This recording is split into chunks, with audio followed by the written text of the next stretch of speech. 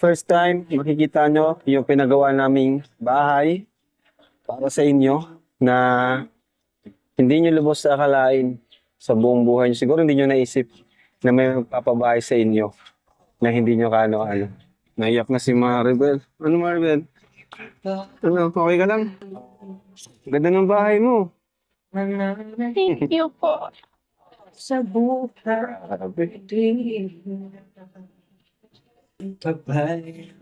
Tuwan-tuwa si nanay, oh. Ang ganda.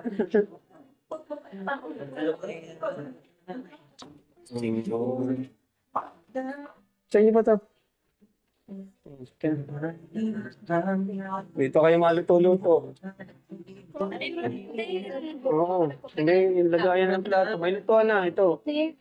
Bibili na ako kanina. Thank you po, kuya. May lutuan na, rice cooker. Ang ganda po masyado ng bahay natin. Tapos may gamit pa. May gamit na. May lutuan. Dadagdagan pa ito. Welcome to Garis TV channel. So nandito na naman tayo para silipin naman natin ang estimated salary ng isang Kalingap team leader na si Kalingap Rob. So suportahan natin ang kanyang channel mga lods dahil siya ay isang charity vlogger. Pero siyempre huwag niyong kalimutan na isama din sa pag-support ang buong Kalingap team. And then siyempre mga lods, isama niyo na rin ang aking channel. Sa mga lods, yung nakita niyong video ni Kalingap Rob, yan ay isa lang sa mga kababayan natin na kanyang tinutulungan.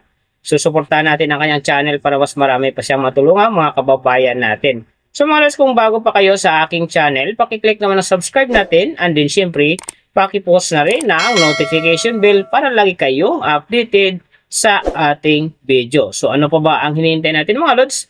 Let's go!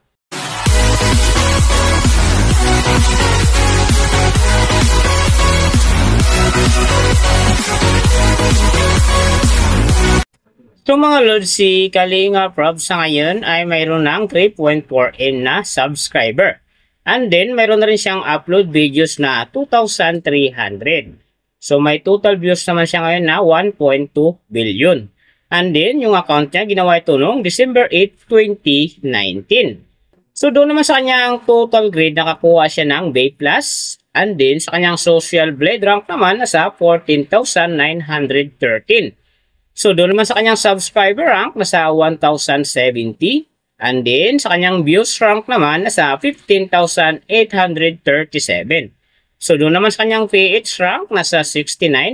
And then, sa kanyang entertainment rank naman, nasa 851. So, nakita na natin yung kanyang ranking. Silipin naman natin yung kanyang last 14 days daily subscriber views and then yung kanyang earning. So sa kanyang subscriber mga lods, may 2 araw lang akong nakita rito na umangat ng tig 10k. Simula nung March 18, nakakuha siya ng 10k.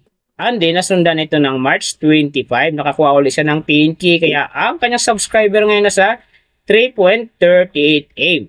So doon naman sa kanyang views mga lods, yung mga ganda rito, March 17, nakakuha siya ng 1.4M. And then pagdating naman dito ng March 26, nakakuha siya ng 1.2M. So, pagdating naman ng March 29, nakakuha ulit siya ng 1.4M. So, yan ang magagandang views na nakuha niya mga lods. So, doon naman sa kanyang earning, tingnan natin dito yung March 19. So, sa kanyang low estimated, nakakuha siya ng $321. And then, sa kanyang high estimated naman, nakakuha siya ng $5,100.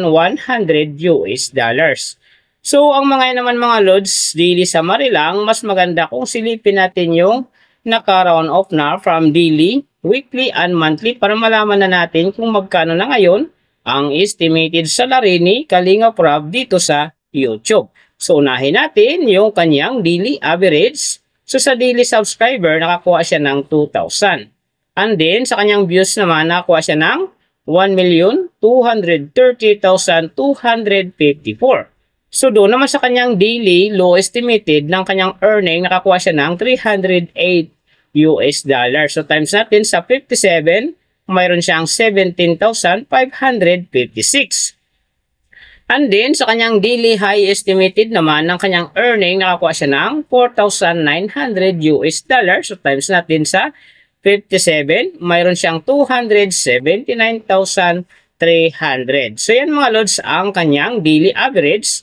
So pupunta naman tayo sa kanyang weekly average. So sa weekly subscriber, nakakuha siya ng 10,000. And then sa kanyang views naman, nakakuha siya ng 7,398,382. So doon naman sa kanyang weekly low estimated ng kanyang earning, nakakuha siya ng $1,900.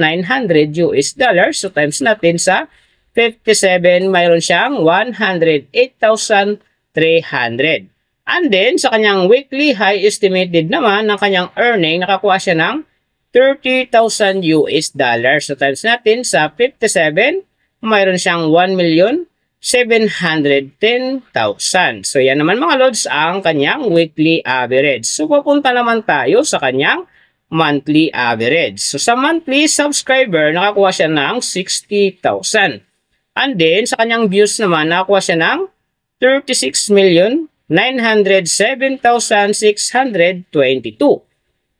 So doon naman sa kanyang monthly low estimated ng kanyang earning, nakakuha siya ng $9,200. So times natin sa 57, mayroon siyang 524,400. And then sa kanyang monthly high estimated naman ng kanyang earning, nakakuha siya ng $148,000.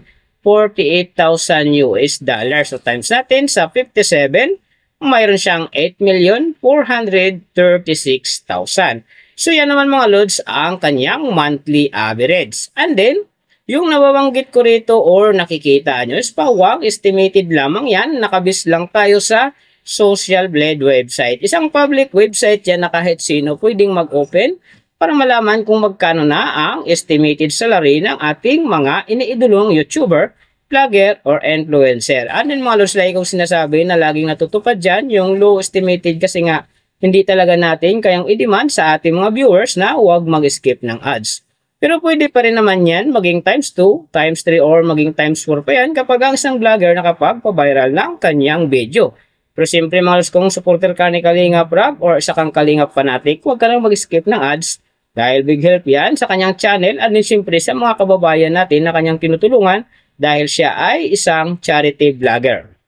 Pero siyempre mga lods, huwag nyo rin kalimutan na huwag na rin skip ang aking ads dahil big help yan sa aking channel at din siyempre sa aking mga personal na hadikain. Sa mga lods, kung nagustuhan nyo ang video na to, pakiclick na subscribe natin and din siyempre pakipost na rin ang notification bell para lagi kayong updated sa ating video. So big thank you sa lahat ng mga sumusuporta sa aking channel at saka magsusupport pa lang. Ingat kayo palagi and God bless at sana gabayan kayo palagi ng Panginoon sa ginagawa nyo araw-araw. And din syempre magtagumpay din kayo sa inyong mga pangarap. So hanggang dito na lang. See you on my next video.